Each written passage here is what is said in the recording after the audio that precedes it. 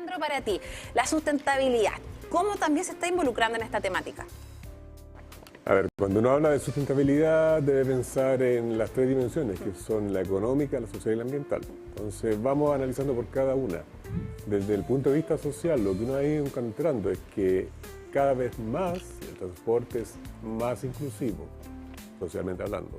Si uno piensa en el biotren, por ejemplo, la gente que vive en Coronel, y entre Coronel y Concepción, en Chihuayante o Talcahuano, puede acceder a los destinos con un modo que tiene acceso universal. Eso es clave.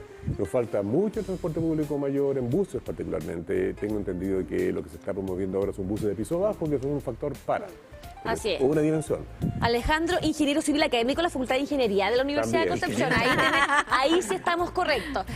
También hablar, Juan Carlos, de la salud mental. Hoy día vemos bocinazos, hoy día vemos problemáticas complejas con respecto a accidentes, donde la gente efectivamente va enajenada, muchas veces desorientada por todo lo que ocurre, ¿cierto?, a nivel diario con respecto a la movilidad de nuestra región.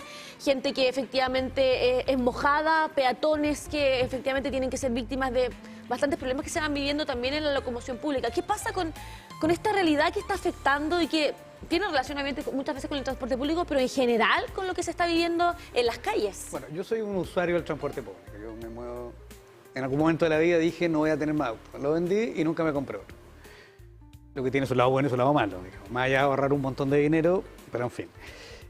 Así que puedo hablar en primera... Y de hecho el fin de semana pasado, al Día de los Patrimonios, fui a Lota en micro y claro, es siempre una experiencia distinta. Porque te puede tocar un tipo, me tocó un micrero tremendamente agresivo, por ejemplo, que era agresivo con la gente adentro, agresivo para conducir, exceso de velocidad. Ya. Respondiendo a tu pregunta, yo creo que, a ver, nunca están disociadas las cosas. Si el punto es que el transporte público es un reflejo de la sociedad que nosotros hemos ido construyendo. Un poco, no es solo un sistema o un servicio, ¿no? También es un reflejo, entonces, de quiénes somos nosotros. Porque las personas que están conduciendo cada una de las máquinas, las personas que nos subimos, que nos bajamos, que andamos en un sistema o el otro, somos los que vivimos en esta sociedad. Entonces ahí se reflejan las relaciones que nosotros tenemos. Y lo mismo que hablábamos la semana pasada o hace un par de semanas, yo no me acuerdo cuándo, de la violencia, evidentemente se va a reflejar también en esto. Porque no es ajeno, digamos. Ahí, para ir volviéndolo a estas tres miradas que me decías tú, que está el tema de la sustentabilidad, tú hablabas de lo político, de lo social, económico, y ambiental, lo económico también. Yo creo que la pregunta que le hacían a Juan Carlos acerca de la salud mental tiene que ver con la componente social, que no solamente, y ahí está el conductor de la máquina que está sometido a estrés, con probablemente largas horas de trabajo. Sabemos que había un problema de conductores en Concepción, no sé si fue resuelto o no, pero también los usuarios vienen también, hay una relación medio odiosa entre el que lleva el vehículo y la gente que lo usa, hay una mezcla medio extraña, y esa es la componente social. Yo mencionaba el tema de inclusión, pero no es lo único. Ambientalmente están las máquinas, ponte, con menos emisión, usando buses eléctricos, por ejemplo, se está avanzando, pero yo creo que, y ahí me voy a colgar lo que decía Juan Carlos, un problema estructural que tiene que ver con la sociedad en la cual... Que va más allá solamente del transporte público y de las calles, sino que un comportamiento social en general. Como la estructura de la ciudad, ponte delante, escuchaba en la nota previa, de que en algunos sectores uno dice, bueno, la gente tiene menos acceso a dónde comprar. Porque básicamente el equipamiento también está en falencia. Sí, Williams Gómez también como editor de TVU Noticias, siempre hacemos esa radiografía, siempre vamos hablando de noticias súper complejas que tienen relación con este tema. ¿Cómo ves esa radiografía también? Sí, y ligado a eso, debo comentar, mi primera experiencia, y ahí supe de la ingeniería en transporte, el año 2004, fue que el hombre que está acá, Alejandro Tuduela. No tenía idea de la existencia de eso, y eso también marca que estamos como de repente como en pañales en esta área. Yo estaba revisando ayer gran parte de los hitos complementarios con lo que estábamos viendo acá en materia urbana o de transporte. Pongo el plan, una visita que tuvo el presidente Ricardo Lagos, y en ese tiempo, 2004-2005, se hablaba, por ejemplo, de intervención en Rodríguez, lo que hoy día es todo ese nudo troncal de Baicaví, y así, por poner un ejemplo. Y hablaba también, revisaba 2004-2005 también el plan Biovías. El plan Biovías que apareció como un gran plan para descongestionar, entre otras rutas. Bueno, era todo el área metropolitana, pero el foco estaba puesto en esa época en la ruta 160. Ahora, ¿qué pasa con los planes que no tienen un hilo conductor, Continuidad. que no proyectan las ciudades y que no proyectan el tema tuyo en particular, que no proyectan los padecimientos en salud mental que tienen quienes usamos también el transporte público. A mí también regularmente, pero a mí me pasó la inversa. En vez de seguir usando la micro de locomoción colectiva, me compré un auto. ¿Está ahí? Entonces, es como la otra vereda. La Conci regularmente en la mañana nos ponemos en la piel de la gente. Claro. ¿Cómo es un padecimiento, es una enfermedad esto de vivir tras el taco? ¿Qué les parece eso? Uno, que no haya línea y que no se incorpore también el factor salud mental a quienes están detrás del volante. A ver, yo creo que se han hecho planes y hay avances. Pero la pregunta va a quedar siempre ahí, que la respuesta en realidad la tendría que dar los que toman las decisiones, no nosotros, es porque esos planes no se llevan, no se terminan. No se continúan en el tiempo, no se ejecutan completamente. Yo recuerdo perfectamente porque de hecho en ese momento justo estaba estudiando ese tema a propósito del urbanismo, todo lo que incluía el proyecto bicentenario en el que estaba el plan de la Biovía. Biovía, claro. Se esperaba ahora el Biovía 2 que nunca se va a Claro, pero en el fondo quedó trunco un plan. Sí. Porque incluía muchísimas cosas que podrían haber resultado o no, pero que no se terminaron. Eso es un tema, porque en realidad yo escuchaba antes la nota que tenían a propósito, por ejemplo, que se necesitan cambios legales muchas veces, pero se pueden hacer un montón de cosas con las leyes que tenemos hoy día sin necesidad, o sea, se pueden tomar decisiones sin necesidad de esperar un largo debate parlamentario. Y efectivamente nosotros podríamos tener un plan de transporte para este lugar, que evidentemente tiene que incluir la intermodalidad, que tiene que incluir todos los factores de los que habló recién Alejandro, por ejemplo. Pero la razón por qué no se hace es difícil. O sea, a ver, no vamos a inventar la rueda. En realidad es simplemente decisión política. Hay intereses detrás que vayan a saber cuáles son, o hay urgencias que de pronto, no siendo una urgencia, se deja hablar de algo. Entonces hablamos siempre de la urgencia, pero no hablamos... Es como que hablamos de lo urgente, pero no de lo importante. En vez de terminar... Yo creo que simplemente hay que sentarse en la mesa y terminar esta cuestión. Pero, ¿cómo lo ves tú, para seguirle ligado a este tema, cómo lo ves precisamente este tema? Que estos planes no tengan una ligazón. Deberíamos estar, por ejemplo, a ver, es una cultura nacional, William, no solamente de acá. Si uno mira la historia política de Chile en varias dimensiones, un gobierno parte de se llega a un acuerdo, este es el plan, a los 4 años, por nuestro sistema político hay un cambio de gobierno y el que viene dice, no, yo quiero partir de cero, y borra todo, no borra, en realidad paraliza todo y planta una cosa distinta. Claro. Pero... Biovías tenía 4 ejes. Y de los 4 hay 3 implementados, o 2 y medio. Están los trenes, pero en esa época se mejoró la vía férrea. Se mejoró la vía férrea, se construyeron los corredores de buses, que eran 3 en ese momento, Paicaví, Paicaví O'Higgins y la Universidad de San Pedro, los principales. Estaba la semáforización, que se desarrolló en parte los sistemas centralizados de control de tránsito, y lo que no se hizo, y ahí sí fue un problema no menor, fue la licitación del transporte público mayor en la Concepción, porque el esquema que en ese momento se promovía era un cambio radical y quizás mucho mejor de lo que pasó en Santiago respecto a cómo se organizaba el sistema. El estrés de la gente en parte pasa por el sistema como está diseñado o cómo opera.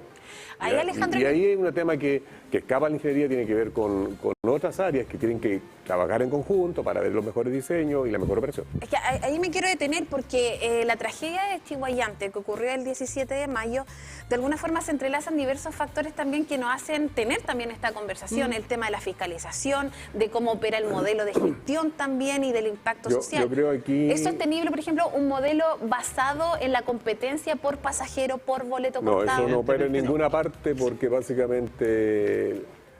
A ver, si tú tienes 2 conductores que ven a una persona y están compitiendo por ella, al final va a haber una pugna por ese peatón con los riesgos para el resto del pasajero. Ahora, la fiscalización es un tema no menor, porque no puedes tener un fiscalizador por cada bus, es imposible. Aquí hay un tema previo que es la responsabilidad individual de la persona que tiene a cargo un vehículo que transporta gente. Si esa persona no cumple con un cierto estándar, estamos mal. Se supone que ellos los capacitan en términos legales y lo que uno observa algunas veces leyendo la prensa es que hay gente que tiene licencia y no debería tener licencia. Bueno, ahora, usando una palabra quizás desafortunada, pero hay una colisión de más no solo. Porque, por ejemplo, por un lado, uno tiene quizás personas que no debiesen conducir, pero tenemos condiciones laborales que tampoco facilitan que uno tenga un manejo responsable. O sea, nosotros nos espantamos de que el conductor haya dado positivo en cocaína, pero las condiciones laborales a muchas de estas personas las obligan porque si no terminan reventados. Claro. Entonces nosotros tenemos un sistema que tiene una serie de condiciones de trabajo que hacen que las personas, con una poca fiscalización al mismo tiempo, pero yo estoy de acuerdo con Alejandro, no podemos tener fiscalizadores para todas las micros. Tengo que generar un sistema que promueva, en el fondo, si la ley dice que un conductor interprovincial no puede estar más de 5 horas conduciendo, ¿por qué tengo un micrero conduciendo 12 horas? Eso lo podemos cambiar, lo podemos cambiar rápido. Y sin condiciones ni siquiera para almorzar, ¿eh? Lo que decías tú, o sea, compitiendo por por boleto. O sea, no solo es peligroso competir por los boletos, es poco eficiente. Porque en aquellos momentos en que hay poca afluencia, yo voy a tener micros que se van lentísimos, que están un montón de rato. Piensa lo que pasa en O'Higgins en cierto horario en que están los buses detenidos esperando gente. Exacto. Entonces, y todo el sistema se cae. Sí, toda la razón. Entonces es muy poco eficiente. Ahora, yo creo que aquí la tecnología nos viene a ayudar también. O sea, tenemos los famosos GPS en los buses, requerimos un sistema de control centralizado de la flota, que permite hacer seguimiento. Cuando tú mencionas, ponte que un chofer o una conductora, eventualmente, cuando excede la velocidad, el sistema de GPS puede detectarlo. Y yo puedo identificar a la gente que no está cumpliendo el contrato en cuanto a cómo manejo en forma segura y aplicar alguna sanción que corresponda. Y ahí también requerimos el marco legal que apoye al empleador, porque si el marco legal protege al que comete la falta, entonces ¿dónde estamos? Pero, por ejemplo, en esa modalidad... Por lo mismo, Willy, vamos a invitar a reconocer también qué piensa la gente, que son los usuarios, que son los pasajeros, los que lamentablemente se ven afectados con todo esto que estamos hoy día planteando. ¿Qué piensa la gente? Es lo que te presentamos a continuación. Mira, encuentro que en el sector donde yo vivo hay poca cantidad de locomoción. ¿Dónde vive usted? En la Villa San Pedro. Tengo solamente el San Remo. Y para otros sectores hay harta cantidad, pero corren como unos locos. Lamentablemente, una de mis amigas falleció en ese accidente en Chihuayante. En Chihuayante la locomoción vuela, o sea, me da la sensación de que los choferes no recuerdan que están transportando seres humanos. Hay choferes que no sé si estarán muy estresados, tendrán muy largas jornadas, reaccionan mal, accionan muy mal. Y hay bastante locomoción, pero también mucha gente. ¿Qué es lo que usted escucha de las quejas, por ejemplo, el trato, por ejemplo, de los choferes hacia las personas? No, más que nada la velocidad. Mucha velocidad, mucha competencia, no sé. Yo lo encuentro bien. Sí, yo no estoy hace poco tiempo acá. Yo soy de Santiago. Pero no tengo problema al menos. Bueno, yo me doy cuenta acá que a los escolares se les respeta. Y no les dicen nada tampoco. Y a los adultos mayores tampoco. ¿Sí? Muchas gracias. Mira, la afluencia es mala, el flujo que hay, porque antes de la pandemia teníamos cualquier cantidad de micros. Yo ocupo la locomoción colectiva Concepción-Chihuayante y era pero muy buena, hoy día ya no tanto. Y me ha tocado cuando van choferes que no respetan y pasan 3 o 4 rojos de una vez. Entonces a veces uno les llama la atención, se enojan. Al final uno se queda callado, pero sí, eso yo lo he vivido varias veces. Así es, ahí estábamos hablando entonces con la gente en la calle, testimonios que son decidores y que dicen probablemente qué pasa con los choferes, qué pasa con la salud mental, ¿cierto? Los choferes quizás están expuestos a gran cantidad de horas trabajando, ¿verdad? Y todo lo que hay con respecto a la exposición, que sobre todo, por ejemplo, para Camino a Chihuayante, donde la misma pasajera dice que las micros vuelan, las micros simplemente vuelan y hay una despreocupación total en ese sentido. Sí, mira, y coincidente. Hace muy poquito se está desarrollando un operativo del Senda en la comuna de Penco y hay 2 personas detenidas. Vamos a corroborar la información que nos tengan directamente desde allá y tiene que ver también con la detección a través del alcotés de sustancias ilícitas. Mira lo complejo del panorama. Ahora, pero eso no es novedad, la verdad. No es novedad. Porque tristemente es algo que todos sabemos desde hace muchísimo tiempo, que es el consumo de sustancias ilícitas de parte de los conductores. Pero ahí, ¿qué responsabilidades tienen las empresas operadoras también de la locomoción colectiva? O sea, en el consumo de sustancias ilícitas, marihuana, cocaína, alcohol, o sea... ¿Qué empatía están teniendo los conductores de nuestra región con las personas que llevan, trasladan ¿Están a los sobrepasados y tienen que acudir a este tipo de drogas para poder despertar? De factores. Mira, estamos viendo parte del operativo que se despliega en la comuna de Penco. ¿Y cómo enfrentamos estos factores? Porque tú hablamos de las fiscalizaciones, que no deberíamos depender de eso. Pero ¿cómo este sistema, que obviamente está lejos de estar en regla, podemos reglamentarlo con las herramientas que tenemos, que son bien pocas? A ver, yo creo que, y como dije antes, la tecnología nos puede ayudar en parte a detectar casos. O sea, yo no quiero estigmatizar a todo el gremio de los conductores, porque no son todos ni todas. Claro. ¿Ya? Pero ciertamente la conducta errática en el manejo puede ser una prueba de aquello, y para eso tengo los GPS en las máquinas, y para eso requiero control centralizado. Ciertamente el muestreo en terreno, in situ, también nos va a ayudar, porque hay gente que a lo mejor no consume nada, igual tiene conducta errática. Sí, claro. Puede un problema mental. Exacto, exceso de velocidad, violencia con los pasajeros, que también son conductas. Y aquí probablemente la ley laboral tendrá que decir cuándo un empleador, un poco lo que decías tú, claro, hasta cuándo yo puedo la responsabilidad que tengo, y hasta cuándo yo puedo controlar al trabajador respecto a lo que hace. O sea, hay casos registrados en que un empleador detecta consumo de sustancias ilícitas en su trabajo a la persona, lo quiere despedir y no puede. Exactamente. Entonces hay temas ahí laboral de por medio dando vueltas. Vamos a ir a continuación con qué piensa los estudiantes también, quienes van obviamente utilizando el transporte público, y queremos hoy día reconocer sus impresiones al respecto. A ver. ¿Qué piensas tú del transporte público en el Gran Concepción en general? O sea, igual funciona bien dentro de todo lo que es como que haya disponibilidad, igual hasta más de las 10 a veces, pero lo malo son los conductores al final. Los conductores igual de repente andan muy exceso de velocidad. Igual el último caso que pasó, que fue el del que lo pillaron con droga, igual mal. Y eso en general, ¿qué sabes? En principio.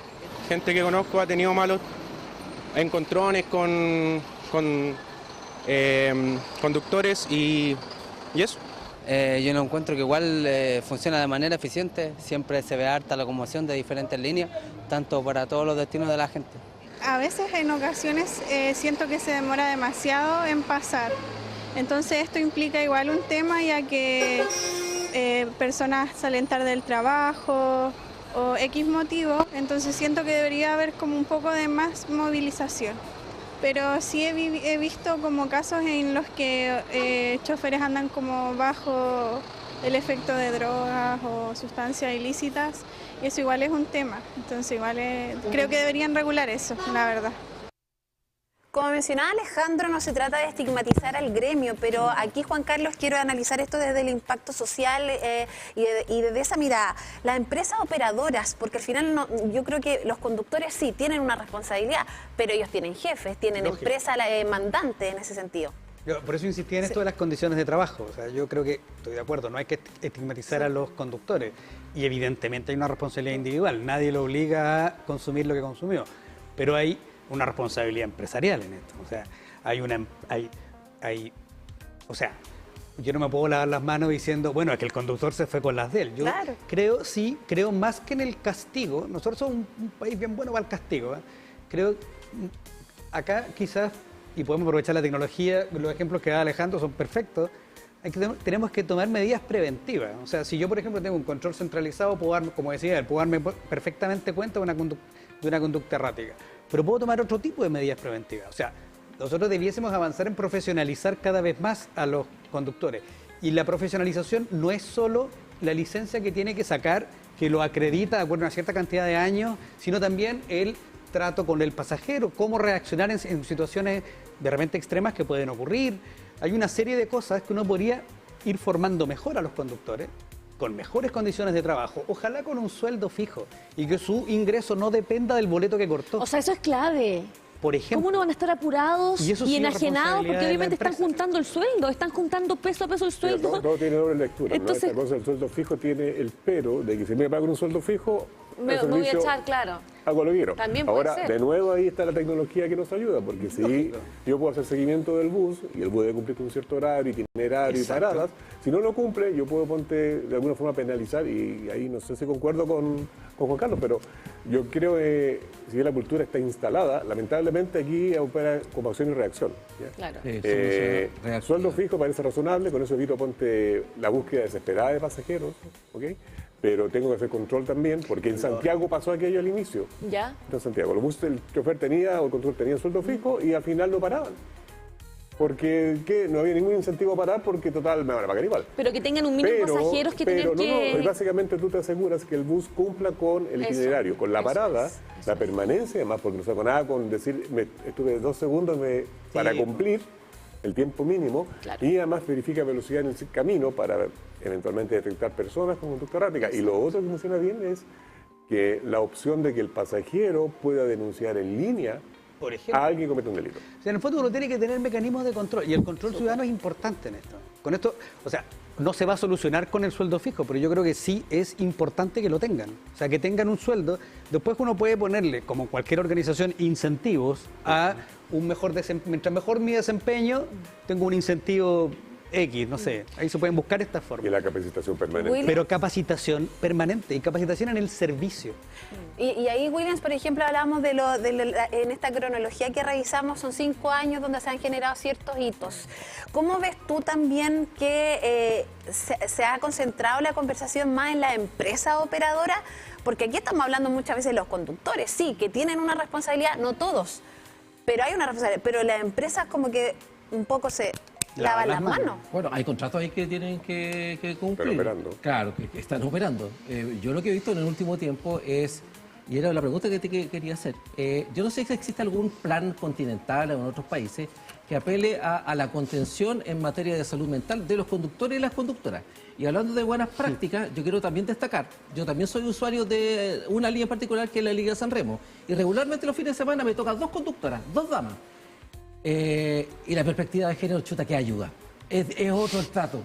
Paran donde es debido, te reciben con un buenas tardes, hola, adelante. Sí. Así, y uno queda hasta sorprendido. La empatía del género. Y del otro lado también está la labor de nosotros como usuarios de responder, por supuesto, de no hacer parar la micro donde no debe, y así. Entonces esta es una cuestión bien compleja porque hay varios actores involucrados, no tan solo las empresas, los conductores, las conductoras, sino también los usuarios. Y el marco legal que sea el apropiado. Sí, Juan Carlos, también hablar bueno, tenemos una portada de Ciudad también que viene a entregarnos la posibilidad desde el 2024 de tener el aporte del biotren al transporte público del Gran Concepción.